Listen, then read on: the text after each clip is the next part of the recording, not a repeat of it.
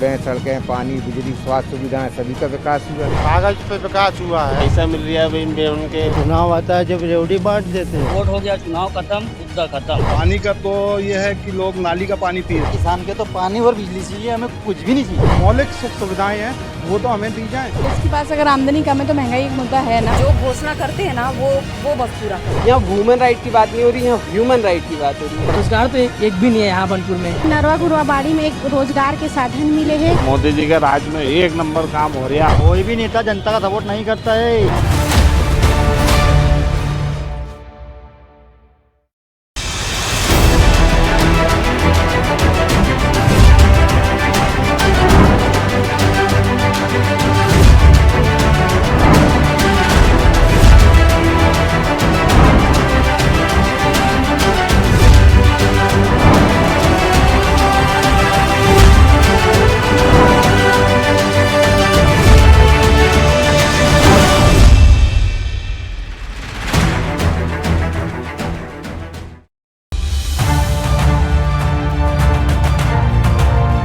सत्ता के गलियारों की इनसाइड स्टोरी हो या फिर बीजेपी और कांग्रेस का हल्ला बोल, चुनावी बिसात पर राजनीति की पल पल बदलती चाल हो या फिर राजनीति का गणित, सौगातों की बात हो या हो फिर गारंटियों की, सब दिखाते हैं हम। महाकाल की नगरी उज्जैन से बस्तर की खूबसूरती तक हर खबर सबसे पहले दिखाते हैं हम।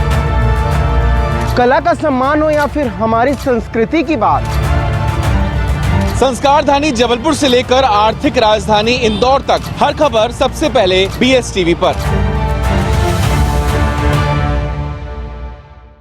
रोडें, सड़कें, पानी, बिजली, स्वास्थ्य सुविधाएं सभी का विकास हुआ है। कागज पे विकास हुआ है, पैसा मिल रहा है इन उनके। चुनाव आता है जब रेवड़ी बांट देते हैं। वोट हो गया, चुनाव खत्म, मुद्दा खत्म। पानी का तो ये है कि लोग नाली का पानी पिए। किसान के तो पानी और बिजली चाहिए, हमें कुछ भी नहीं चाहिए। मौलिक सुख सुविधाएं हैं वो तो हमें दी जाए। इसके पास अगर आमदनी कम है तो महंगाई एक मुद्दा है ना। जो घोषणा करते हैं ना वो बस पूरा करें। यहाँ वुमेन राइट की बात नहीं हो रही है, ह्यूमन राइट की बात हो रही है। रोजगार तो एक भी नहीं है यहाँ बनपुर में। नरवा गुरवाबाड़ी में एक रोजगार के साधन मिले हैं। मोदी जी के राज में एक नंबर काम हो रहा है। कोई भी नेता जनता का सपोर्ट नहीं करता है।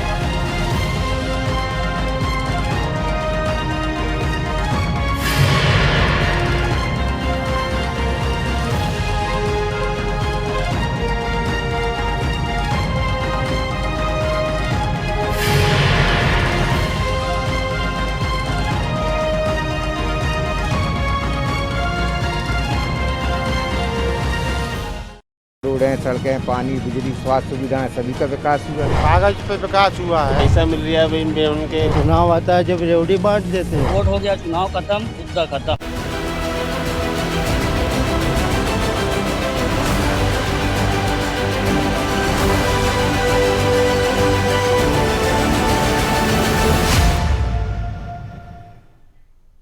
नमस्कार, BSTV में एक बार फिर आप सभी का स्वागत है। और लगातार मध्य प्रदेश और छत्तीसगढ़ में मतदान का अपडेट भी आपको बता रहे हैं। लगातार पल पल का अपडेट BSTV पर आपको दिखा रहे हैं, जहां आपको बताते चले मध्य प्रदेश की 230 विधानसभा सीटों पर मतदान लगातार जारी है। वहीं छत्तीसगढ़ की सीटों पर भी मतदान जारी है, 70 सीटों पर। और वोटिंग परसेंट भी आपको अपडेट दे दे, जहां आपको बता दें कि जांजगीर चांपा में 19.15% अब तक मतदान हो गया है। रायपुर की बात करें 19.07% यहाँ पर मतदान हुआ है। वहीं धमतरी में 13.76% मतदान अब तक हो चुका है। लगभग 2 बजे का ये वक्त हो गया है। और ऐसे में अभी तक का जो वोटिंग परसेंट आपको बता रहे हैं, सक्ती में 13.38% मतदान अब तक हो चुका है।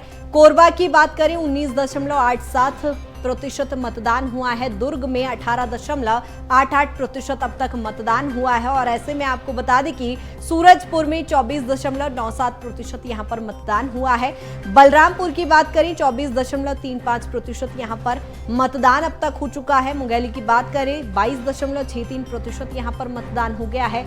महेंद्रगढ़ की बात करें 18.32% यहाँ पर मतदान अब तक हो चुका है। कोरिया में 19.04% अब तक यहां पर मतदान हो चुका है। लगातार पल पल का अपडेट BSTV पर आपको बता रहे हैं। और किन सीटों पर अब तक कहां तक कितना वोटिंग परसेंट रहा है अब तक का, वो भी आपको बताते चल रहे हैं। जहां धमतरी में 13.76% अब तक मतदान हो चुका है। लगातार आपको बता रहे हैं महासमुंद में 21.89% यहाँ पर मतदान हो चुका है। सक्ती में 13.33% अब तक मतदान यहाँ पर हुआ है। सुबह से ही BSTV आपको लगातार पल पल की अपडेट बता रहा है, खबरें आपको बता रहे हैं। और सहयोगी संयम भी न्यूज रूम से हमारे साथ लगातार बने हुए हैं। लगातार खबरों का सिलसिला भी जारी है और पल पल का अपडेट भी आपको बता रहे हैं। संयम, अप टू यू।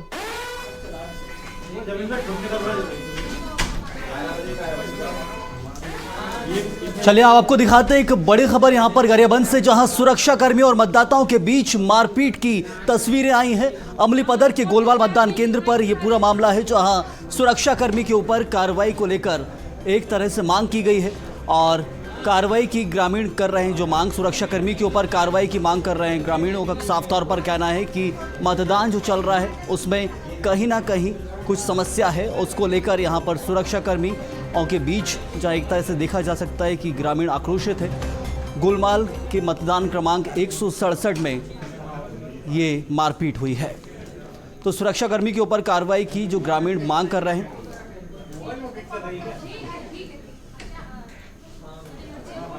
मतदाता लाइन लगाकर खड़ा थे और वो धूप हो रहा बोल करके के लोग चिल्लाए, मतदाता लोग। तो उतना में आकर के इसका मतलब कुछ बोला होगा, धूप रहे बोल करके। उसमें आकर के पुलिस वाला मार दिया, बोल रहा था, सामने नहीं था कोई। और एक और बड़ी खबर आपको बता रहे हैं, जो हम मतदान केंद्र जाते समय कर्मचारी को हार्ट अटैक आया है। मौके पर तैनात RPF जवान ने CPR दिया है। सोशल मीडिया पर CPR देते एक वीडियो वायरल हो रहा है। समय पर CPR मिलने से जहां एक तरफ कहा जा रहा है कि जान बच गई है, RPF जवानों की प्रशंसा की जा रही है, मतदान कर्मी की जान बचा ली गई है। कल शाम का ये वीडियो बताया जा रहा है, लेकिन अब जाकर ये वायरल हुआ है। और मतदान केंद्र पर जो मतदान कर्मी पहुंच रहे थे, लेकिन RPF जवान ने CPR दिया और सोशल मीडिया पर CPR देते ये वीडियो वायरल है। वहीं समय पर CPR देने से मतदान कर्मी की जान बच गई है। RPF जवानों की अब प्रशंसा की जा रही है। बीते शाम का ये वीडियो है, लेकिन अब ये वायरल हो रहा है। ये तस्वीर आपके सामने है, जहां एक मतदान कर्मी पोलिंग बूथ की तरफ बढ़ रहे थे, लेकिन तभी हार्ट अटैक आ गया और वहां पर RPF के जवान मौजूद थे। उन्होंने CPR देकर जान बचाई। आप देख सकते हैं कैसे मौके पर मौजूद पुलिसकर्मियों ने तत्परता दिखाते हुए जान बचाई है। और इसी वीडियो के सामने आने के बाद अब RPF के लोगों की प्रशंसा हो रही है। और सीहोर से खबर, जहां विधानसभा में पैसे बांटते एक वीडियो वायरल है। भाजपा प्रत्याशी के फोटो लगे लिफाफे में ये पैसे दिए जा रहे थे। कलेक्टर प्रवीण सिंह ने वीडियो का संज्ञान लिया है और जांच के आधार पर कार्रवाई होगी कहा जा रहा है। वीडियो की जांच के आदेश दे दिए गए हैं। वायरल वीडियो पर जहां कलेक्टर प्रवीण सिंह ने संज्ञान लिया है और अब कार्रवाई की बात की जा रही है। वीडियो के जांच के आदेश दिए गए हैं। तो एक वीडियो जिसमें सामने आया कि कैसे लिफाफे में पैसे बांटे जा रहे थे और लिफाफे के ऊपर जो फोटो थी वो भाजपा प्रत्याशी की थी। सीहोर की एक बड़ी खबर आपको बता रहे हैं। तो विधानसभा में पैसे बांटते ये एक वीडियो वायरल हुआ है। भाजपा प्रत्याशी के फोटो लगे लिफाफे में ये पैसे बांटे जा रहे थे। कलेक्टर प्रवीण सिंह ने वायरल वीडियो पर संज्ञान लिया है, कार्रवाई की बात कह रहे हैं और इस वक्त एक जो वीडियो है वो भी वायरल है। जांच के आधार पर कार्रवाई की बात प्रशासन कर रहा है।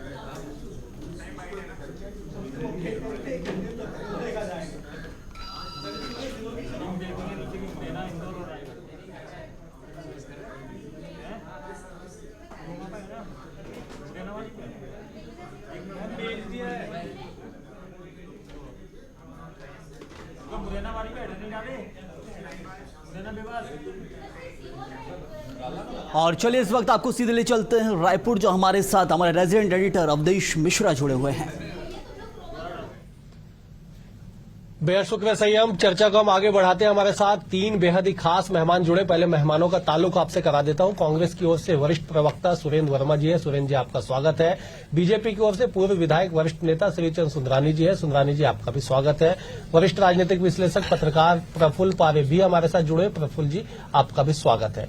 सुरेंद्र जी, मेरा पहला सवाल आपसे है कि 1 बज चुका है, मतदान का प्रतिशत सामने आ चुका है, क्या इशारा कर रहा है 1 बजे तक का मतदान प्रतिशत? अवधेश जी, निश्चित तौर पर बेहद उत्साह है। लोकतंत्र के सम्मान का दिन है और प्रत्येक मतदाता, छत्तीसगढ़ ने पहले भी साबित किया है, छत्तीसगढ़ के मतदाता लोकतंत्र में अपनी भागीदारी पहले भी सुनिश्चित करते रहे हैं। मूल बात जो है, खेती किसानी का समय है, हरहुणा धान की कटाई चल रही है। 3 बजे के बाद निश्चित तौर पर मतदान केंद्रों में भीड़ बढ़ेगी, संख्या बढ़ेगी और पुराने रिकॉर्ड के आधार पर हम यह निश्चित तौर पर कह सकते हैं कि अब की बार भूपेश पर भरोसे की सरकार, जो 75 पार का नारा है कांग्रेस के कार्यकर्ता का, उस मुहिम में छत्तीसगढ़ के मतदाता कांग्रेस के समर्थन में, किसानों की समृद्धि के लिए, वनोपज संग्राहकों की समृद्धि के लिए, आम जनता के और छत्तीसगढ़िया स्वाभिमान के लिए भूपेश पर भरोसे की सरकार को 75 पार की आंकड़े पार करने के लिए इस बार बड़ी संख्या में बढ़ चढ़कर भाग लेंगे। जिस तरह से चुनाव के समय जो वादे करते हैं और चुनाव के बाद अपने ही वादे को जुमले घोषित करने वाले जो भारतीय जनता पार्टी के नेता हैं, उनकी हकीकत भी छत्तीसगढ़ के मतदाताओं के सामने है। और पूरे प्रचार अभियान में आप देखेंगे अवधेश जी, कांग्रेस जी 1 घंटे तक हमको चर्चा करना। पहले मैं एक बार सुंदरानी जी का रुख कर लेते, उनसे जवाब लेते। सुंदरानी जी, वही सवाल, मतदान का प्रतिशत क्या कहता है? नहीं, निश्चित रूप से मतदान का प्रतिशत अच्छा है और अभी तक करीब 40, 42, 45% का मतदान 1 बजे तक हुआ है। मैं करीब 100 पोलिंग बूथों पर सुबह से घूम रहा हूं 8 बजे से और लगभग लोग परिवर्तन के मूड में हैं। भूपेश बघेल सरकार को बदलना चाहते हैं, बदलाव का माहौल चल रहा है। निश्चित रूप से भारतीय जनता पार्टी के वादों पर, मोदी जी की गारंटी पर भरोसा किया है और भूपेश बघेल के भरोसे को नकारा है। निश्चित रूप से हम रायपुर की राजधानी की 4 सीटें बड़े बहुमत के साथ जीतने जा रहे हैं। वहीं प्रदेश में भारतीय जनता पार्टी की सरकार बनने जा रही है। निश्चित रूप से सभी जिलों का जो फीडबैक है या प्रथम चरण के जो चुनाव हुए उसमें भी हम 15-16 सीटें जीत रहे हैं 20 में से, और ये 70 सीटों में भी हम कम से कम 40 सीटें जीतेंगे और 55-60 के बीच में हम रहेंगे। और जो हमने वादे किए, वादों पे भरोसा है और भूपेश बघेल ने जो सुंदरानी जी, पिछले चुनाव में आप लोगों ने अब की बार 65 पार का नारा दिया था, कांग्रेस उस आंकड़े को पार कर गई थी। इस बार आप 55 की बातें खुद अपनी जुबान से कह रहे हैं कि 55 तक हम पहुंचेंगे। नहीं, निश्चित रूप से देखिए, हम धरातल पे हैं, हम धरातल की बात करते हैं। पिछली बार 65 की उम्मीद भी थी, लेकिन लोग लुभावने नारे जो इन्होंने कांग्रेस पार्टी ने ऐसे वादे किए जिसके वादों में जनता भुलावे में आई और एक सरकार इनकी एक्सीडेंटल बन गई। लेकिन 5 साल में जो चेहरा इस सरकार का था, भ्रष्टाचार के कंठ में डूबी हुई यह सरकार, कहीं न कहीं सट्टा हो या शराब कोचियागिरी का मामला हो, शराब के भ्रष्टाचार का मामला हो, इन सारे मुद्दों का असर जनता के बीच में है। और भारतीय जनता पार्टी की, मोदी जी की सरकार, साफ सुथरी सरकार, डॉक्टर रमन सिंह जी के 15 साल के कार्यकाल को आज भी लोग याद करते हैं। विकास उनको दिखता है। जो 15 साल में हमने विकास किया, वो विकास 5 साल में कुछ भी नहीं हुआ। जहां हमने छत्तीसगढ़ छोड़ा था 2018 में, वहीं छत्तीसगढ़ खड़ा है। आज अगर आम आदमी की बात करें तो चिंतित है प्रदेश को लेकर। यह तेजी से प्रदेश बढ़ रहा था, कहीं न कहीं विकसित प्रदेशों के बराबर जाके छत्तीसगढ़ मुकाबला करने की स्थिति में था, लेकिन पिछले 5 साल में बेड़ा गर्क हो गया इस छत्तीसगढ़। चलिए मैं जवाब ले लेता हूँ। सुरेंद्र जी, 5 साल में छत्तीसगढ़ वही ठहरा हुआ है जहां पे सुंदरानी जी की पार्टी ने, सुंदरानी जी ने छोड़ा हुआ था। अवधेश जी, यदि 15 साल कुछ किए होते तो यार रमन सिंह के चेहरे पर चुनाव लड़ते। 15 साल अगर इनकी उपलब्धि होती तो आज ये नकारात्मक राजनीतिक मोड़ में जिस चुनाव अभियान को ये खड़ा किए हैं, जिस प्रकार से ईडी और आईटी कमल छाप के प्रमुख प्रचारक की भूमिका में पिछले 3 साल से खड़े किए गए हैं, ये नौबत नहीं आती।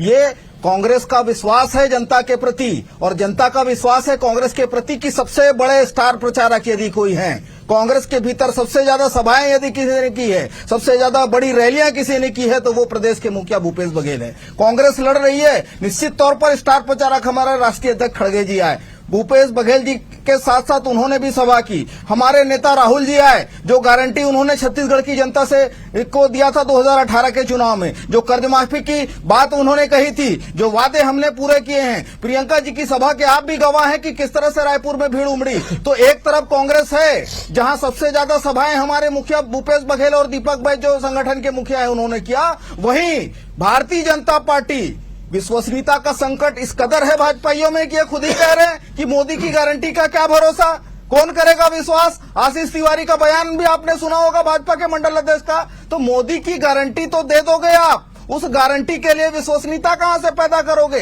भूपेश सरकार ने वादे से ज्यादा किया है, 36 वादे थे, 53 योजनाएं प्रदेश के संसाधनों से आज चल रही है। जिस तरह से यहाँ के किसानों में समृद्धि आई है, जिस तरह से यहाँ के गोपालक समृद्ध हुए हैं, 400 यूनिट तक बिजली बिल हाफ था। इस चुनाव के बाद वादा है कांग्रेस का 200 यूनिट तक बिजली फ्री रहेगी। शिक्षा को लेकर जो बंटाधार रमन राज में हुए 3000 स्कूल बंद किए गए थे, केजी से लेकर पीजी तक निःशुल्क शिक्षा मिलेगी। ठीक है सुरेंद्र जी, मैं एक बार जोड़ता हूं। मुख्यमंत्री भूपेश बघेल कुछ कह रहे हैं, संयम हमको सुनवाएंगे। संयम, ओवर टू यू। और इस वक्त जहां दर्शकों को एक खास खबर दे देते हैं। पाटन विधानसभा क्षेत्र के कुरुदडही में मुख्यमंत्री भूपेश बघेल ने अपने परिवार के साथ मत का प्रयोग किया है। इस दौरान मुख्यमंत्री भूपेश बघेल ने कहा कि मतदान के रुझान कांग्रेस के पक्ष में जा रहे हैं। जिस तरह से वोटिंग प्रतिशत बढ़ रहा है, ये बताता है, साफ तौर पर कहा जा सकता है कि मतदान अब कांग्रेस के पक्ष में हो रहा है और कांग्रेस इस वक्त आत्मविश्वास से लबरेज है। आप कह सकते हैं कि जहां मतदान को लेकर, मतदान बढ़ने को लेकर कांग्रेस इसे अपने पक्ष मांग रही है, तो बीजेपी भी कहती आ रही है कि ये मतदान का प्रतिशत बढ़ा है तो ये विरोधी लहर हमारे पक्ष में है। लेकिन कांग्रेस के भूपेश बघेल खुद कह रहे हैं कि ये हमारे पक्ष में आ रहा है। को लेकर मतदान जारी है और इस वक्त हमारे साथ मुख्यमंत्री भूपेश बघेल जी मौजूद हैं। सर, पहले चरण के मतदान देखिए अच्छे प्रतिशत जो है देखने को मिले, इस बार दूसरे चरण का जो मतदान है उसमें प्रतिशत लगातार बढ़ता जा रहा है, किस तरह से देख रहे हैं? ये तो जबरदस्त उत्साह है लोगों में, और चूंकि 5 साल कांग्रेस सरकार ने काम किया है तो लोग चाहते हैं फिर से कांग्रेस सरकार बने, इसलिए लोग ज़्यादा से ज़्यादा मतदान कर रहे हैं। मतदान का प्रतिशत बढ़ रहा है, क्या लग रहा है कि घोषणा पत्र का जो असर है वो देखने को मिल रहा है? बिल्कुल उसका असर होगा। हमारे साथ बिल्कुल ये थे मुख्यमंत्री भूपेश बघेल और अपने मत का प्रयोग कर ये वापस घर लौटे हैं और जाहिर तौर पर जिस तरह से 75+ का जो टारगेट कांग्रेस दी है वो उस ओर बढ़ने की ओर इशारा भी कर रहे हैं। कैमरा पर्सन मनीष मिश्रा के साथ शिखर देवांगन, BSTV, कुरुड्डी। वहीं केंद्रीय कृषि मंत्री नरेंद्र सिंह तोमर ने ग्वालियर पूर्व विधानसभा क्षेत्र के मुरार पोलिंग बूथ पर अपना मतदान किया। इस दौरान उन्होंने बीजेपी की प्रचंड जीत का दावा कर दिया है। उन्होंने राहुल गांधी के मध्य प्रदेश में पूर्ण बहुमत की सरकार बनाने के दावे पर भी सवाल खड़े किए हैं। केंद्रीय कृषि मंत्री नरेंद्र सिंह तोमर ने BSTV से खास बातचीत की है, सुनिए आप। केंद्रीय कृषि मंत्री नरेंद्र सिंह तोमर ने अपने मत का प्रयोग किया है, ग्वालियर में उन्होंने वोट डाला है। सर, मतदान किया है, क्या लग रहा है जिस तरह से पोलिंग बूथ पर मतदाता पहुंच रहे हैं? आपने भी मत का प्रयोग किया। आज पूरे प्रदेश में विधानसभा चुनाव के लिए मतदान संपन्न हो रहा है। इतना प्रदेश घूमने के बाद जो वातावरण है वो अभूतपूर्व तरीके से भारतीय जनता पार्टी के पक्ष में निर्माण हुआ है। मैंने भी आज ग्वालियर में आकर अपना वोट डाला है और ग्वालियर में भी चारों तरफ भारतीय जनता पार्टी को समर्थन दिख रहा है। मुझे पूरा विश्वास है जनता के आशीर्वाद से भाजपा स्पष्ट बहुमत की सरकार बनाने में सफल होगी। राहुल गांधी ये कह के गए हैं और दावा कर रहे हैं कि 150 सीटें हम ला रहे हैं, हम यहाँ सरकार बना रहे हैं। कांग्रेस के दावे और वादे दोनों झूठे हैं। कांग्रेस झूठ की गारंटी है।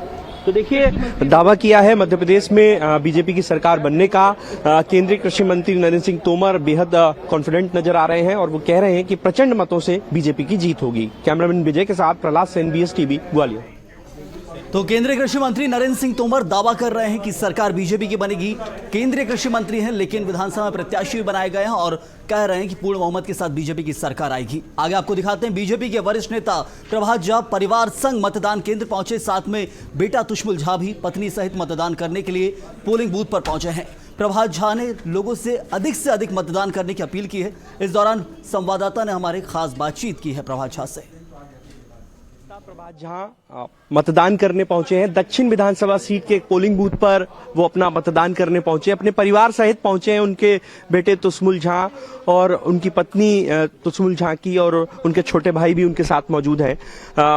आज बड़ा अहम दिन है, लोकतंत्र का महापर्व, और आप सहपरिवार अपने बच्चों के साथ, अपनी पुत्र वधू के साथ वोट डालने पहुंचे हैं। क्या मन में है और क्या देख रहे हैं आगे बीजेपी को लेकर, क्या मन में भाव है? बीजेपी के मन में लेकर जो आज से नहीं, पिछले 47 साल से जो भाव है वही भाव है। लेकिन ये ऐसा पर्व है, झुग्गी झोपड़ी में रहने वाला एक गरीब भी आज मतदान करेगा और मलाबार हिल में रहने वाला मुकेश अंबानी भी आज एक ही वोट करेगा। आज लोकतंत्र का बराबरी का दिन है। कोई सेठ नहीं, कोई अमीर नहीं, कोई गरीब नहीं, सबके एक मत का अधिकार होता है और इससे बड़ा लोकतांत्रिक पर्व, संवैधानिक पर्व कोई नहीं हो सकता। जी, कितनी सीटों का अनुमान आपको लग रहा है? कंफर्ट मेजोरिटी आने की संभावना है, मुझे पूरा विश्वास है। युवा नेता बीजेपी के तुष्मुल झा जी भी मौजूद है। तुष्मुल जी, आप पूरे परिवार के साथ आए, पिताजी के साथ आए, आपकी धर्मपत्नी भी आपके साथ है, वोट किया है, युवा का क्या रुख है? नहीं, मताधिकार तो सबको करना ही चाहिए, लोकतंत्र का महापर्व है। जैसे पिताजी ने कहा कि झोपड़ी में रहने वाले से लेकर महलों में रहने वाले तक सभी को आज वोट करना है, अपने मताधिकार का प्रयोग करना है और इस महापर्व में अपनी हिस्सेदारी सुनिश्चित करना है। तो मैंने भी परिवार के साथ आकर अपना वोट किया और आप सब लोगों को भी करना है। तो देखिए, ये थे तुष्मुल झा जी और प्रभात झा जी जो दावा कर रहे हैं कि प्रचंड मतों से बीजेपी की जीत होगी। मतदान किया है और जीत का बीजेपी का दावा किया है। कैमरामैन विजय के साथ प्रहलाद सेन, BS टीवी, ग्वालियर। तो मतदान का आधे से ज्यादा समय हो चुका है और ऐसे में बीजेपी के नेताओं के दावे भी बढ़ते जा रहे हैं, जीत का दावा कर रहे हैं। तो कांग्रेस नेता भी पीछे नहीं है और इस वक्त आपको एक और खास खबर दिखाते हैं। मध्य प्रदेश के 230 सीटों पर मतदान शुरू हो गया। वहीं आर्य कन्या शाला मतदान केंद्रों में राज्यसभा सांसद विवेक तनखा ने मतदान किया। इस दौरान उन्होंने BS टीवी संवाददाता प्रतीक अवस्थी से खास बातचीत की है। लोकतंत्र का बड़ा महापर्व आज है, मतदान प्रक्रिया चल रही है। इस बीच हमारे साथ BS टीवी के साथ एक्सक्लूसिव बातचीत के लिए राज्यसभा सांसद विवेक तनखा जी मौजूद है। सर, बहुत बहुत स्वागत और धन्यवाद समय देने के लिए। बेहद बड़ा दिन है आज और इस बार के इलेक्शंस को अगर हम डिफाइन करें तो किस तरीके से आप देख रहे हैं 2023 का जो चुनावी समर या चुनावी संग्राम है, किस तरीके से आप देखते हैं? ये बड़ा इस प्रदेश के लिए और देश के लिए ये इलेक्शन एक डिफाइनिंग मोमेंट है। ये इलेक्शन भारत का अगला व्यवस्था क्या होगी उसको सेट करेगा। ये समवेयर मध्य प्रदेश के विकास का इलेक्शन है, क्योंकि जो विकास अभी तक प्रेजेंट किया गया है उससे लोग संतुष्ट नहीं है। शिक्षा, स्वास्थ्य, रोजगार, इंफ्रास्ट्रक्चर और पूरा वे ऑफ लाइफ, इंटरनेट और गूगल ने एक देश में रेवोल्यूशन ले आया है। उम्मीद की जाए प्रॉपर मैंडेट इस बार 2018 की अपेक्षा में? मैं खाली प्रॉपर मैंडेट की बात नहीं कर रहा हूँ, मैं अप्रत्याशित रिजल्ट्स की बात कर रहा हूँ। मैं ये कह रहा हूँ पब्लिक जाग चुकी है, पब्लिक अब मेडियोक्रिटी एक्सेप्ट करने को तैयार नहीं है। पब्लिक को अपने अनुरूप और अनुकूल लीडरशिप चाहिए। Thank you so much sir. तो अप्रत्याशित नतीजे जो हैं वो इस बार सामने आएंगे और वाकई इस बार जनता जागरूक है और जो नतीजे देखने को मिलेंगे वो हर किसी के लिए, कम से कम कांग्रेस के लिए, बेहद संतोषजनक रहेंगे। ये कहना है राज्यसभा सांसद विवेक तनखा जी का। कैमरा पर्सन देवेंद्र शर्मा के साथ प्रतीक। और चलिए इस वक्त आपको सीधे ले चलेंगे रायपुर, जो हमारे रेजिडेंट एडिटर अवधेश मिश्रा मौजूद हैं। खास चर्चा चल रही है। बेहद शुक्रिया सैयद। चर्चा को हम आगे बढ़ाते हैं, हमारे साथ लगातार मेहमान बने हुए। सुंदरानी जी, मैं आपका रुख कर लेता हूं। दावे वादों के बाद अब मतदान का प्रतिशत देख के एक बार फिर से दावा वादों की झड़ी लग रही है। आप दावा कर रहे हैं कि पूर्ण बहुमत के साथ आप सरकार बना रहे, दावों का आधार जरा दर्शकों को एक बार समझा दीजिए। देखिए, निश्चित रूप से आधार मैंने बताया डॉक्टर अवधेश जी, 15 साल के डॉक्टर रमन सिंह जी का विकास, मोदी जी का गारंटी, मोदी जी की 9 साल की सरकार, जिस प्रकार से प्रधानमंत्री आवास योजना, उज्ज्वला गैस कनेक्शन के माध्यम से माताओं बहनों का ध्यान रखा गया, और भूपेश बघेल की सरकार ने यहाँ के आवासहीन लोगों के आवास का हक छीना। भारतीय जनता पार्टी ने वादा किया कि पहले कैबिनेट में हम 18 लाख मकानों की स्वीकृति प्रदान करेंगे।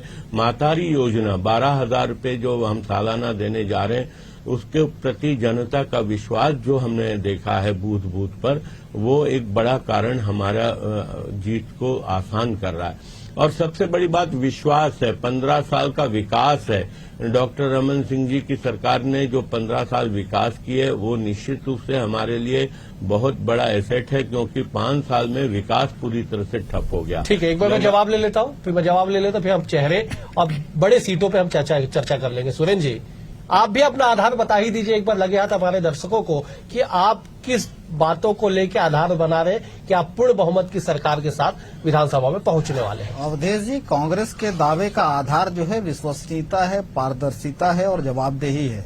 जिस तरह से 5 साल हमने काम किया है, भूपेश सरकार की जो योजनाएं चली है, आज भी मैं वही कह रहा था कि पिछले 1.5 महीने के अंदर आप भी इस बात के गवाह हैं कि भारतीय जनता पार्टी के केंद्र में जो सरकार है, 50 से ज्यादा मंत्री यहाँ पे आए, कोई भी मंत्री अपनी उपलब्धि नहीं बताया, न अपने विभाग के कामकाज के बारे में किसी प्रकार से चर्चा की। जो भारतीय जनता पार्टी के द्वारा लिखे गए षड्यंत्र को, लिखी गई पटकथा को ईडी के माध्यम से ये जारी करते रहे, उसी पर पूरा चुनाव भारतीय जनता पार्टी ने केंद्रित करने का कुत्सित प्रयास किया, जिसे जनता ने पूरी तरह से नकार दिया। हमारी सरकार ने स्पष्ट तौर पर, भूपेश बघेल जी का ये पहले दिन से ही दावा था कि जिस तर्ज पर यहाँ पर किसानों के हित में काम हुए, जो कर्ज माफी हो, चाहे वादे से ज्यादा धान का समर्थन मूल्य हो, उन्हीं न्याय योजनाओं का एक्सटेंशन के रूप में हमने लोगों के सामने, जनता के सामने 21 घोषणाएं किए हैं। और ये तो भारतीय जनता पार्टी का फर्जीवाड़ा, महतारी और हमारी बहनें जो हैं, उनको भी ठगने से ये नहीं चूके। जो योजना लागू ही नहीं है, उसका फर्जी फॉर्म भरवा के हमारी माता बहनों का मोबाइल नंबर लेकर जिस प्रकार से उसका दुरुपयोग हुआ, जिस तरह से कूड़े के ढेर में मिले, जिस तरह से उनको भारतीय जनता पार्टी के नेता षड्यंत्र पूर्वक भरवाकर उसका दुरुपयोग किए, तो कांग्रेस की सरकार और छत्तीसगढ़ में जो विकास काम हुए हैं, उसके साथ साथ ये जो भाजपा की नाकामी है और इनका जो दुष्प्रचार है, उसका दंड भी छत्तीसगढ़ के मतदाता भाजपा को देंगे। और निश्चित तौर पर भारतीय जनता पार्टी में संकट विश्वसनीयता का है। यदि ये काम किए होते तो 15 साल रमन सरकार की उपलब्धि बताए थे। आज जो है नकारात्मक मोड़ पर जिस प्रकार से चुनाव को ले आए हैं, इनके पास न अपनी उपलब्धि है, न मोदी गारंटी का भरोसा। ठीक है, चलिए ठीक है सुरेंद्र जी, मैं आप लौटूंगा आपके पास। एक बार मैं सुंदरानी जी का रुख कर लेता। सुंदरानी जी, 2018 का चुनाव डॉक्टर रमन सिंह को छोड़ दिया जाए या नेता प्रतिपक्ष जब बाद में बनाए गए धर्मलाल कौशिक, उनके अलावा सारे बड़े चेहरे आपके एक लाइन से चुनाव हार गए, फिर से आपने उन सारे बड़े चेहरों को चुनावी मैदान में उतारा है, क्या इस बार का अनुमान? देखिए, वो एक लहर थी, कांग्रेस के पक्ष में लहर थी, भारतीय जनता पार्टी के विरोध में लहर थी, क्योंकि भूपेश बघेल जब कांग्रेस के अध्यक्ष थे और 2018 में जिस प्रकार के वादे किए थे, जो वादे पूरे नहीं हो सकते, कितना भी बड़ी बड़ी बात कर लें, 36 वादों में 6 वादे भी ये पूरे नहीं कर पाए। जनता देख रही है सारा, जनता की आंखें बंद नहीं है, जनता को बेवकूफ लंबे समय तक नहीं बनाया जा सकता। कहीं न कहीं भूपेश बघेल ने जनता को गुमराह करने का काम किया, 5 साल गुमराह करने का काम किया। ऐसा कोई प्रोजेक्ट नहीं जिसका इन्होंने भूमि पूजन किया हो। जितने प्रोजेक्ट का लोकार्पण किया वो सब भारतीय जनता पार्टी की सरकार के। ठीक है सुरेंद्र, ठीक है सुंदरानी जी, दरअसल बड़े चेहरों पे सवाल था कि इस बार बड़े चेहरों को क्या रुख होगा, जनता उन पे विश्वास जताएगी कि नहीं। मैं लौटूंगा इसी सवाल के साथ। प्रफुल्ल पारे जी हमारे साथ जुड़े हुए, उनसे बातचीत कर लेते, एक बार उनसे एक सवाल लेते। प्रफुल्ल जी, मतदान का प्रतिशत, छत्तीसगढ़ में मतदाताओं का उत्साह और तमाम बड़े चेहरों का मैदान में उतरना, क्या आकलन है आपका, क्या समीकरण कहता है? अवधेश जी, मैंने भी तो बहुत सारे चुनाव देखे, लेकिन ये जो चुनाव है इस पर अगर मैं ये कहूँ बहुत ईमानदारी से कहूँ कि जो कुछ भी आकलन हम करेंगे ना, मुझे ऐसा लगता है कि वो बड़ा सतही आकलन होगा।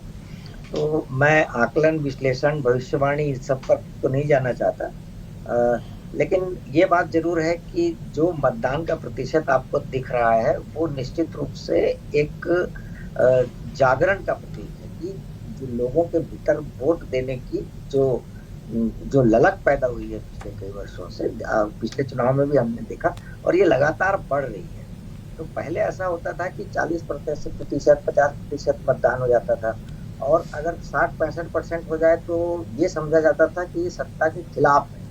तो अब अधिक मतदान जो है वो किसी सत्ता के खिलाफ या समर्थन में नहीं माना जाता। तो आप इस अधिक मतदान से या मतदान के उत्साह से ऐसा कोई नतीजे पर नहीं पहुंच सकते। इसके पीछे बिल्कुल अलग कारण है। इसके पीछे ये कारण है कि लोगों का लोकतंत्र के प्रति जो एक उनकी जिम्मेदारी है, उसका एहसास है, उसका आभास है, जो उन्हें मतदान केंद्रों तक ले जा रहा है। और तो इसलिए ये बात तो मैं इसको मानता नहीं हूँ। अब रही बात ये कि चुनाव प्रत्याशी जो मैदान में है, सारे दिग्गज, पहले के जो भारतीय जनता पार्टी के नेता जो पिछले चुनाव में एक आंधी चली उसमें बह गए, इस बार फिर वो मैदान में है, और बड़े बड़े नाम हैं उसमें जिनका भविष्य आज तय होगा। तो निश्चित रूप से ये जो एक प्रतिष्ठा जो है, जिसको मुझे ऐसा लग रहा है वो दांव पर लगी हुई है सभी की। और जो चुनावी घोषणा पत्र आया, तो मुझे कई बार लगता है कि ये जो दो चुनावी घोषणा पत्र और दोनों लगभग एक जैसे, तो एक ही बराबर, बिल्कुल सही आपने कहा। और पिछले 5 सालों में देखिए अवधेश जी, क्या होता है कि जब विधानसभा का चुनाव होता है वो राज्य स्तर का चुनाव होता है, और विधायक जो होता है वो उससे छोटा चुनाव पार्षद का होता है। तो छोटी छोटी सी बातें जो है वो कई बार प्रत्याशी स्तर पर बड़ी भारी पड़ जाती है, और छोटे छोटे से वोट, मतलब 1-1, 2-2 वोट की कीमत अब विधानसभा चुनाव में मायने रखती है।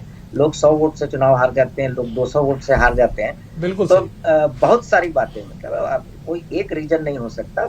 ये रायपुर नगर निगम में ही, प्रफुल्ल जी, रायपुर नगर निगम में ही अंजनी विभार MIC के मेंबर है, 1 वोट से जीती है। क्या सुंदराजी जी मैं सही बता रहा हूँ? आप ही के विधानसभा क्षेत्र का वो वार्ड है, 1 वोट से जीत के वो न केवल नगर निगम में पार्षद बनी बल्कि MIC की मेंबर भी 1 वोट से जीती है वो। आप इसकी बात कर रहे हैं विधानसभा में मध्य प्रदेश में धार में विक्रम वर्मा की पत्नी 1 वोट से हार गई थी, सिर्फ 1 वोट से। और नहीं, मैं तो अभी वर्तमान की बात बता रहा हूँ, जो अभी भी पार्षद है, अभी भी MIC मेंबर है। हाँ, और ऐसी घटना CP जोशी राजस्थान में, CP जोशी राजस्थान में 1 वोट से हार गए थे। बिल्कुल सही, बिल्कुल सही। 1 वोट की ताकत तो सबको पता है। तो वोट 1 वोट हो चाहे 1 लाख वोट हो, वोट है, मतलब, और हार 1 वोट की हो या 1 लाख की, वो उसको इनकार नहीं किया जा सकता। तो मुझे ऐसा लगता है कि जो घोषणा पत्र हैं, चुनावी वादे हैं, भारतीय जनता पार्टी की 15 साल की सरकार है, 5 साल की भूपेश बघेल की सरकार है, और इस बीच में बहुत सारे मुद्दे, बहुत सारे, जैसे लगातार ED की छापेमारी, कुछ भ्रष्टाचार का मुद्दा, ऐसे बहुत सारी बातें, और ये सब चीजें आजकल अवधेश जी छिपती नहीं है। व्हाट्सएप और संचार माध्यम इतने तगड़े हो गए हैं कि लोगों को ऐसा लगता है कि गांव का आदमी क्या जानता होगा, गांव का आदमी हमसे ज्यादा होशियार है, वो हमसे अच्छा मोबाइल चलाता है, वो हमसे अच्छा मोबाइल चलाता है, उसको भी सब पता है कि और मैं आपको एक बड़ी अच्छी बात बताता हूँ कि आपको याद होगा कि 2018 के चुनाव में भाजपा ने मोबाइल बांटे थे, मोबाइल का वितरण किया था। बिल्कुल। तो मैं एक गांव में जिस मोबाइल को आज भी मुख्यमंत्री भूपेश बघेल मुद्दा बनाते हैं, हम उनके साथ एक दिन पूरे सभा में थे, वो मंच से दावा करते हैं कि अगर उसमें से 1 मोबाइल भी किसी के पास है तो मोबाइल लेके मंच पे मैं उसको सम्मानित करूंगा। बिल्कुल। तो मैं वही कह रहा हूँ कि उस वक्त जो मोबाइल लोगों ने खोला, कुछ लड़कों ने मेरे सामने बोले नया मिला है, तो वो उसके फीचर्स के बारे में मुझे ऐसा बता रहे थे जो मुझे नहीं पता। मतलब मैं शहर में रह रहा हूँ, मैं भी मोबाइल यूज कर रहा हूँ, लेकिन वो मुझे बता रहा है कि इसमें ये फीचर नहीं है, इसमें ये डाउनलोड नहीं होगा, तो ये एंड्रॉइड है इसलिए इसमें ये सॉफ्टवेयर नहीं आएगा, और वो गाँव का आदमी है। बिल्कुल। तो इसलिए ये सोचना कि अच्छा, और देखिए गांव और शहर की बात नहीं होती है, पूरे प्रदेश में एक जो जिसको कहते हैं ना बिल्कुल कंसिस्टेंसी के साथ जो एक परसेप्शन बनता है वो ऊपर से नीचे तक जाता है, और ऐसा कोई परसेप्शन ठीक है, बिल्कुल सही बोला। ये देखने नहीं मिला होगा कि अभी तक कोई ये नहीं कह रहा है कि कांग्रेस प्रचंड मतों से जीत रही है या भाजपा प्रचंड मतों से जीत रही है। हाँ, दोनों राजनीतिक दलों के लोग जो है वो बिल्कुल स्पष्ट दावा कर रहे हैं कि बीजेपी कहती है बीजेपी की सरकार बनेगी, कांग्रेस कहती है कांग्रेस की सरकार बनेगी। प्रफुल्ल जी, मैं लौटूंगा आपके पास। सुरेंद्र जी से एक सवाल ले लेता हूं। सुरेंद्र जी, क्या आपको लगता है कि जिस तरह से मुख्यमंत्री भूपेश बघेल के चेहरे पे जो उत्साह दिखाई पड़ रहा है, उनकी बातों पे जो कॉन्फिडेंस दिखाई पड़ रहा है, ये क्या संकेत है? अवधेश जी वो तो नर्वस दिख रहे थे, बात नहीं कर पा रहे थे। अवधेश जी, मैं लौटूंगा आपको याद होगा, मैं प्रथम चरण का भी जिक्र कर लूंगा। पहले आज की मैं ताजा जो तस्वीरें आई उस पर मैं एक बार बात कर लेता हूं। आपको याद होगा अवधेश जी, 2018 के चुनाव में भारतीय जनता पार्टी के नेताओं ने 56 लाख मिस्ड कॉल कार्यकर्ता होने का दावा किया था। वोट इनको 41 लाख भी नहीं मिले। तो ये भाजपा के फर्जीवाड़े की कलई भी खुल चुकी है। भूपेश बघेल जी का उत्साह जो है वो कांग्रेस के कार्यकर्ताओं के मेहनत का परिणाम है, भूपेश सरकार के 5 साल की उपलब्धि का प्रमाण है। और जिस प्रकार से भारतीय जनता पार्टी के पास आज कोई विजन ही नहीं रहा, जिस तरह से स्कूल शिक्षा से लेके पीजी तक हमने निःशुल्क शिक्षा देने की बात कही, जो 25 लाख की स्वास्थ्य सहायता योजना, मुख्यमंत्री स्वास्थ्य सहायता योजना चल रही है। अब एपीएल और बीपीएल को सामान्य बीमारियों के लिए भी 5 और 10 लाख की स्वास्थ्य सुविधा है। बिल्कुल। दरअसल सुरेंद्र जी, जिस कॉन्फिडेंस की बात हो रही थी, इसी कॉन्फिडेंस का एक बार जिक्र भी कर दूं, नहीं तो सुंदरानी जी आपत्ति करेंगे कि आपने केवल मुख्यमंत्री का जिक्र किया। पूर्व मुख्यमंत्री डॉक्टर रमन सिंह जब राजनांदगांव से चुनाव लड़ रहे थे, लगभग 2-2:30 बजे वो अपना विधानसभा छोड़ दिए थे, कवर्धा चले गए, वोट डाल के आ गए, वापस राजधानी आए और यहाँ पे आतिशबाजी भी हुई, ध्वजा भी फहराया गया और उन्होंने विक्ट्री साइन भी दिखाया। वो भी कॉन्फिडेंस था, ये भी कॉन्फिडेंस है, लेकिन इसका असर परिणामों में क्या होगा 3 तारीख तक इंतजार करना पड़ेगा। फिलहाल एक बार मैं संयम का रुख कर लेता हूं। संयम कुछ बड़ी खबरों के साथ आए हुए हैं। संयम, ओवर टू यू। जरूर अवधेश जी, तो और यहाँ पर हम दर्शकों को बता दें कि मध्य प्रदेश की 230 विधानसभा सीटों और छत्तीसगढ़ की 70 विधानसभा सीटों पर मतदान लगातार जारी है। मतदान आपने नहीं किया है तो पहुंचिए मतदान केंद्र पर और मतदान कीजिए, अपने भविष्य को गढ़िए। और इस वक्त एक खास खबर आपको बताते हैं, जहां पूर्व मुख्यमंत्री दिग्विजय सिंह की धर्मपत्नी अमृता सिंह ने एमपी में बदलाव की लहर का दावा किया है। उन्होंने कहा कि जनता 20 सालों से एक ही सरकार को देखकर ऊब चुकी है और अब नई सरकार चाहती है। इसे लेकर अमृता सिंह से खास बातचीत की हमारे संवाददाता विवेक राणा ने। पूर्व मुख्यमंत्री दिग्विजय सिंह की धर्मपत्नी अमृता सिंह जी हमारे साथ मौजूद हैं। मैडम, बात करते हैं मतदान की। आप मतदान देके सीधे निकली हैं। मध्य प्रदेश की बात करें तो कांग्रेस कितनी सीट इस बार लाएगी? मध्य प्रदेश में बदलाव की लहर है। मध्य प्रदेश की जनता पिछले 20 सालों से एक ही सरकार को देखते हुए, उसकी नीतियों को झेलते हुए ऊब चुकी है और मध्य प्रदेश की जनता ये चाहती है कि अब नई सरकार आए, नया सवेरा आए और इसलिए वोट करने निकल रही है। बीजेपी सरकार ने तमाम वादे की है और वादों के साथ बड़ी घोषणाएं कई की हैं, इसको आप किस नज़रिए से देखती हैं? अब हर पार्टी अपने अपने घोषणाएं करती है, अपने अपने वादे करती है, लेकिन ज़रूरी तो नहीं है कि जनता केवल वादों में निकल कर आ जाए। जनता के दिमाग में उसका भूत और उसका भविष्य दोनों रहता है। वो अपने भविष्य को ध्यान में रखकर, अपने अधिकारों को ध्यान में रखकर अच्छा करेगी। मैडम, एक महत्वपूर्ण क्वेश्चन, लाडली बहना योजना को लेकर बीजेपी का मास्टर स्ट्रोक है। क्या लगता है धरातल पर ये योजना कितनी कारगर है? भाई, ये तो बीजेपी जवाब देगी। मैं तो यही कहूँगी कि महिलाएं अच्छे अवसर की तलाश में हैं, उनको काम करने का मौका मिले, उन्हें सुरक्षित माहौल मिले काम करने के लिए और उन्हें और उनके परिवार, उनके बच्चों को अच्छी शिक्षा मिले, ये सोचकर महिलाएं आती हैं। महिलाएं जब निकलती हैं और महिलाएं जब कोई फैसले करती हैं ना, तो वो बहुत विवेकपूर्ण फैसले करती हैं, वो साधारण फैसले नहीं करती हैं, भविष्य को ध्यान में रखते हुए। मध्य प्रदेश की महिलाएं इस बार क्या बदलाव चाहती हैं, क्या चाहती हैं? ज़रूर चाहती हैं, मैं तो यही कहूँगी। ठीक है, धन्यवाद। ये थे पूर्व मुख्यमंत्री दिग्विजय सिंह की धर्मपत्नी अमृता सिंह, जिनका साफ तौर पर कहना है कि प्रदेश की महिला केवल बदलाव चाहती है। कैमरामैन उबेश के साथ विवेक राणा, BSTV, भोपाल। वहीं मुरैना की दिमनी विधानसभा क्षेत्र के मिरघान गांव में दूसरी बार विवाद के बाद गांव में भारी बल तैनात किया गया है। दो पक्षों में विवाद हुआ है, जमकर लाठी डंडे चले हैं। वहीं पथराव में एक युवक के घायल होने की खबर निकलकर सामने आई है। घायल युवक ग्वालियर रेफर किया गया है। घरों में घुसकर पुलिस तलाशी ले रही है। आरोपियों को ढूंढने का प्रयास लगातार किया जा रहा है। मिरघान गांव के मतदान केंद्र 146, 147 पर बीती रात से तनाव देखने को मिल रहा है। प्रशासन लगातार तनाव को दूर करने में जुटा है। दिमनी विधानसभा सीट हाई प्रोफाइल सीट है। नरेंद्र सिंह तोमर वहां से खड़े हैं और लगातार ये सीट मतदान की बात करें तो सुबह से ही अलग अलग विवादास्पद स्थिति बन रही है। कभी लाठी डंडे चल रहे हैं, पथराव की तस्वीरें भी सामने आ रही है। इस तरफ के कुछ घर हैं और इस तरफ के कुछ घर हैं, उनमें आपस में किसी बात को लेकर इशू होता है। और अभी तक जो चीज़ें यहाँ पे लोगों से समझ में आई हैं, पूछताछ हम लोगों ने की है कि ये झगड़ा किस प्रकार से हो रहा है, उसको लेकर बार बार यहाँ पे स्कर्मिशेस हो रहे हैं। तो इसको लेकर अभी हम लोगों ने जो यहाँ पे इसका पूरा बेल्ट है, इसको हम लोग पूरी सर्चिंग करा रहे हैं कि इसमें किस प्रकार के, क्योंकि अभी हम लोग जब आए तो कुछ लोग यहाँ खड़े थे, वो हम लोग को देख के भाग गए, पीछे से निकल गए घरों से। तो अभी जैसे भी जितने भी लोग इस एरिया में हैं, अभी हम सभी इनकी घरों की सर्चिंग भी कराते हैं, कहाँ के हैं, कौन लोग हैं, वो सारी चीज़ें इनकी देखी जाएंगी। उसके बाद जो हमारा डिप्लॉयमेंट है पूरा, अभी हम लोग पूरे एंड टू एंड इसमें लगा देंगे। और कहीं पर भी अगर कोई व्यक्ति अनावश्यक यहाँ पर घूमता हुआ दिखता है तो उसके ऊपर फिर कार्रवाई की जाएगी। वहीं भारतीय जनता पार्टी ने मुरैना जिले की दिमनी विधानसभा सीट पर अलग अलग बूथों पर हुए उपद्रव को लेकर मध्य प्रदेश के मुख्य चुनाव आयुक्त को ज्ञापन दिया है। बीजेपी नेता राहुल कोठारी ने जहां ये ज्ञापन सौंपा है और लगातार बात की जा रही सीट को लेकर कि आखिर क्यों यहां पर उपद्रव हो रहा है।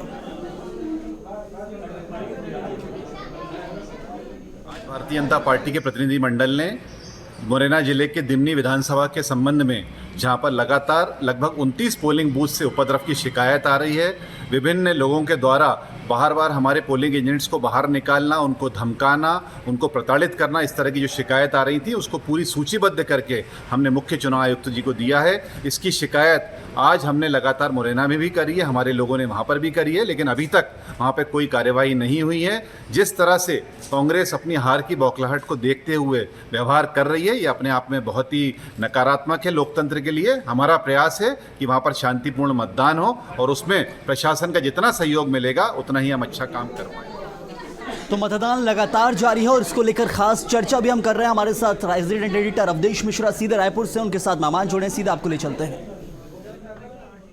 बेहद शुक्रिया संयम। चर्चा को मैं आगे बढ़ाता हूं। एक बार मैं सुरेंद्र जी का रुख फिर से करता हूं, उसके बाद में फिर से एक बार सुंदरानी जी के पास आऊंगा। सुरेंद्र जी, दावे और वादे के बीच जिस कॉन्फिडेंस पे बहस चल रही थी कि कॉन्फिडेंस तो दिखाना है, क्योंकि राजनीति में कहा जाता है कि आपको वो तमाम चीजें दिखानी है जो आप नहीं छुपा सकते हैं, जिसे आप छुपाना चाहते हो मगर दिखाना पड़ेगा।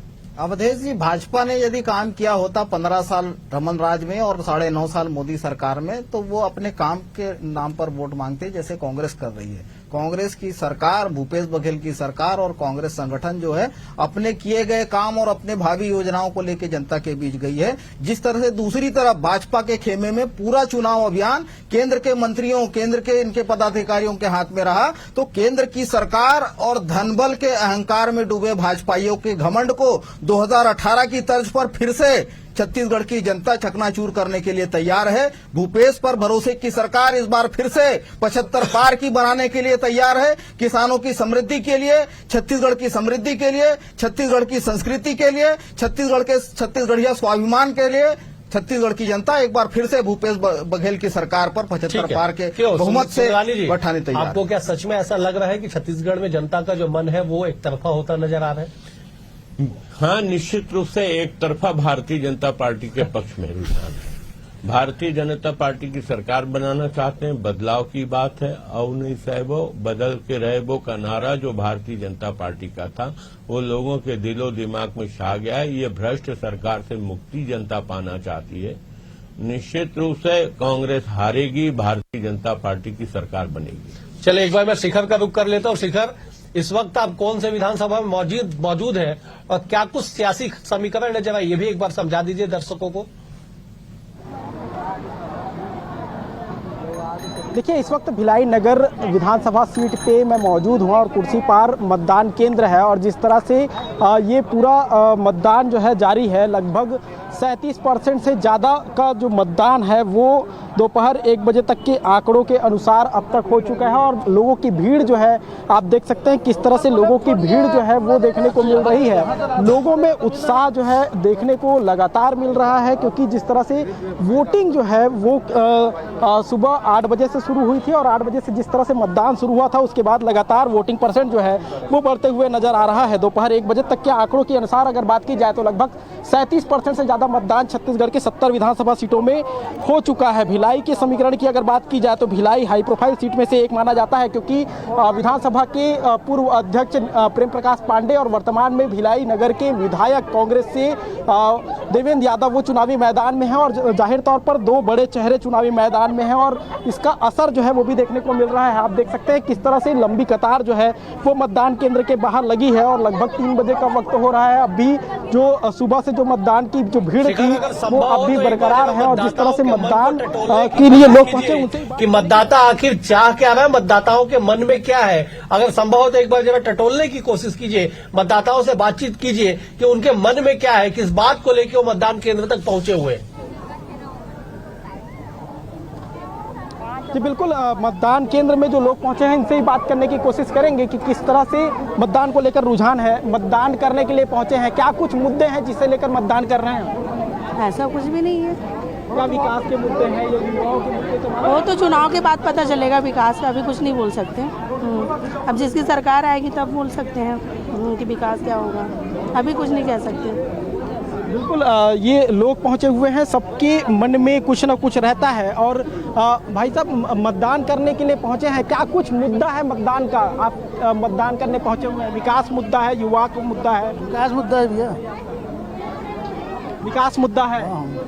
सरकार चुनने का मौका मिलता है, 5 साल में एक बार ये मौका मिलता है, किस तरह से अपना मताधिकार का प्रयोग करते हैं। जो सरकार अच्छी रहेगी आगे देखेंगे, सरकार फर्स्ट बार डाल रहा है मतदान।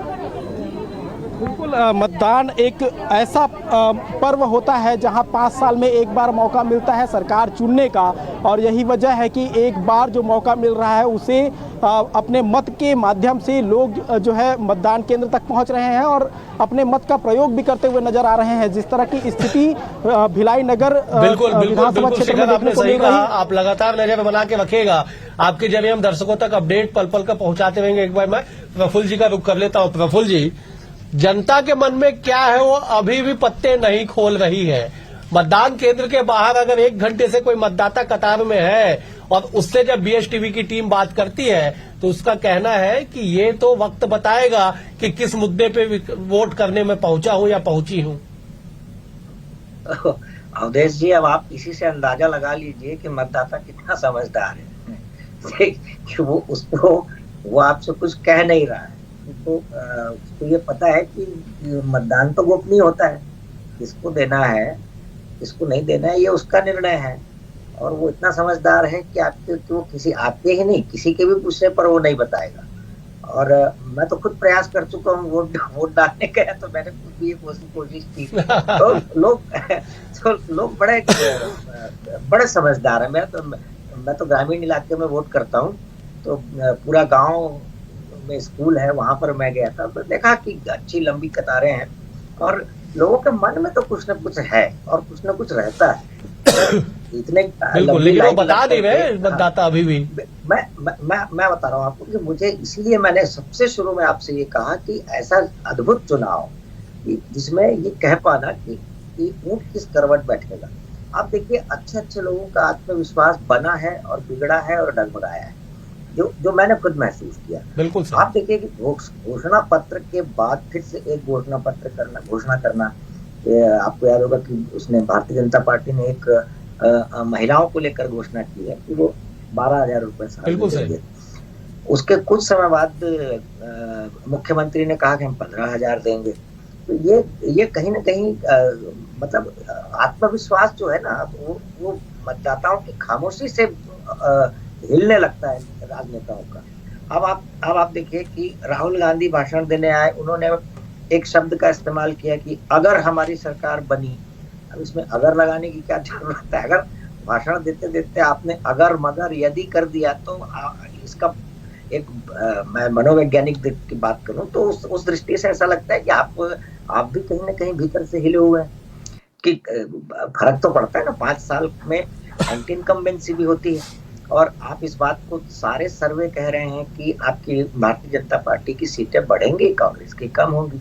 अब कितनी बिल्कुल प्रफुल्ल जी, आपने बिल्कुल सही कहा। देखिए, कांग्रेस के मन में एंटी इनकम्बेंसी का भय तो जरूर था, और यही वजह है कि उन्होंने जब 22 विधायकों के टिकट काट दिए छत्तीसगढ़ राज्य गठन के बाद, इतिहास कांग्रेस ने रचा। उस समय ही पता चल गया था कि कांग्रेस ने एंटी इनकम्बेंसी को दूर करने के लिए 22 विधायकों के टिकट काटे हैं।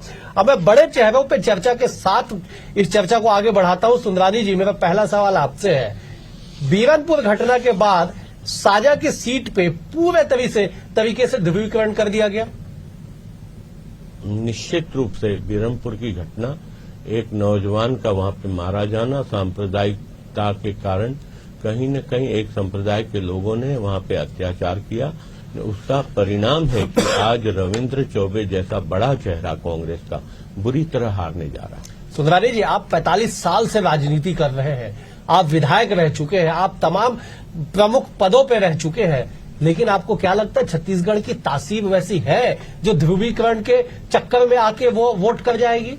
देखिए, तासीर की बात नहीं है, कहीं न कहीं भावनाओं की बात है। जिस परिवार का एक बच्चा गुजर जाता है हमले में, और वो परिवार ही नहीं, वहां का पूरा क्षेत्र उद्वेलित है, और जब व्यक्ति उद्वेलित होता है तो चाहे चेहरा कितना भी बड़ा हो, उसको पराजित करता है। मैंने इंदिरा जी को चुनाव हारते देखा है, हिंदुस्तान के बड़े बड़े नेताओं को मैंने अपने राजनीतिक जीवन में चुनाव हारते देखा है। बिल्कुल सही। बिल्कुल सुंदरानी जी, मैं आपको रोकना चाहूंगा, एक बार पिता का रुख कर लेता हूँ। कुछ बड़ी खबर के साथ पिता आए हुए, पिता ओवर टू यू।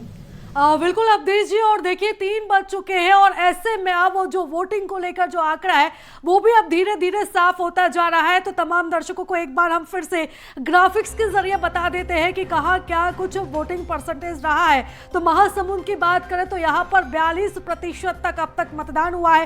रायपुर की बात करें, राजधानी रायपुर में सिर्फ 32% तक ही मतदान हुआ है।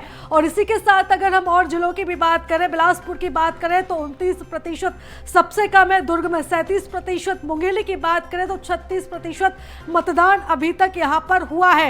ये जो आंकड़ा है वो धीरे धीरे बढ़ रहा है। बिलासपुर में सबसे कम है, उसके बाद दुर्ग में सबसे कम है, 37% ही मात्र हुआ है।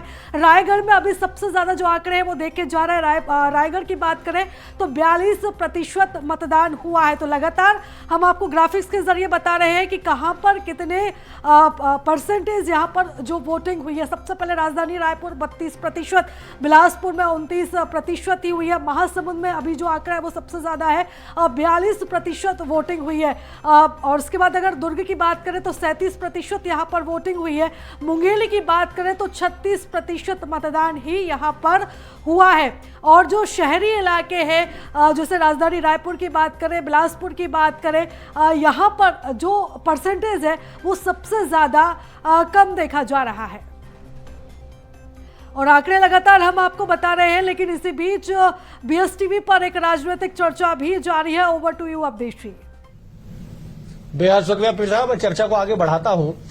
सुरेंद्र जी, मेरा यही सवाल आपसे है कि छत्तीसगढ़ में एक घटना घटती है, उसके बाद उसे पूरी तरीके से राजनीतिक रंग में रंग दिया जाता है, क्या प्रभाव पड़ेगा, क्या फर्क पड़ेगा उस पर? अवधेश जी, पहले दिन से ही भारतीय जनता पार्टी की जो भूमिका है राजनीतिक गिद्ध के रूप में, जो ध्रुवीकरण का ये कुत्सित प्रयास किए, संविधान विरोधी चरित्र इनके संवैधानिक पदों पर बैठे नेता, देश के गृहमंत्री यहाँ पर आकर दंगों के नाम पर वोट मांगते हैं। जिस तरह से बीरनपुर की आपने चर्चा की, क्या हुआ बीरनपुर में? 6 महीने से भाजपा के आनुषंगिक संगठन वहां पर लगातार आग में घी का काम करते रहे, एक हत्या हुई। उसके बाद भाजपा के प्रदेश अध्यक्ष जो संवैधानिक पद पर हैं, जो सांसद जैसे निर्वाचित पद पर हैं, केंद्र की सरकार में लोकसभा में निर्वाचित सांसद हैं, उनकी उपस्थिति में घर जलाई गई, गाड़ियां फूकी गई, उसके बाद 2 और हत्या हुई। और जिस तरह से ये लोकतंत्र विरोधी इनके षड्यंत्र बेनकाब हुए हैं, नारायणपुर में इनका जिला अध्यक्ष एसपी पर पथराव करते पकड़ा गया। जिस तरह से आपने भी देखा कि कैसे पाली तानाखार में इनके प्रत्याशी कल जिस गाड़ी में बैठे थे 11.5 लाख रुपए वहां पर नकदी जब्ती हुआ। और जिस तरह से तमाम इनके नेता ध्रुवीकरण का कुछ प्रयास करते रहे, तो छत्तीसगढ़ की जनता इन मुद्दों पर कभी वोट नहीं करती। इनको सबक सिखाने तैयार है। वक्त और चर्चा की इजाजत मुझे नहीं देता। कुल मिला के है कि छत्तीसगढ़ में मतदाताओं की बारी लगातार जारी है। 5 बजे तक मतदान होगा, प्रतिशत भी बढ़ेंगे और उसके बाद जो तमाम प्रत्याशी है, मुख्यमंत्री से लेके उप मुख्यमंत्री से लेके तमाम बीजेपी के दिग्गजों तक, सबके भाग्य आज ईवीएम में कैद हो जाएंगे। एक इसी बात को लेके अब 3 तारीख का इंतजार होगा कि 3 तारीख तक जाने के लिए किस तरह से इंतजार करना होगा। 3 तारीख को पता चलेगा कि छत्तीसगढ़ की जनता ने किसे अपना सिरमौर चुना है। फिलहाल इस चर्चा में इतना ही। आप तीनों मेहमानों का बेहद शुक्रिया। सुरेंद्र जी आपका शुक्रिया, सुंदरानी जी आपका शुक्रिया, प्रफुल्ल जी आपका भी शुक्रिया। तो इंतजार होगा 3 दिसंबर का कि 3 दिसंबर को किस तरह से आगे जो है परिणाम दिखाई पड़ेगा। Pritha, over to you. और बिल्कुल अवधेश जी, और अब जैसे जैसे समय बढ़ता जा रहा है, मतदान प्रतिशत भी लगातार बढ़ता जा रहा है और BSTV पर लगातार महा कवरेज जारी है। कहीं मत जाइएगा, ये सिलसिला लगातार जारी है।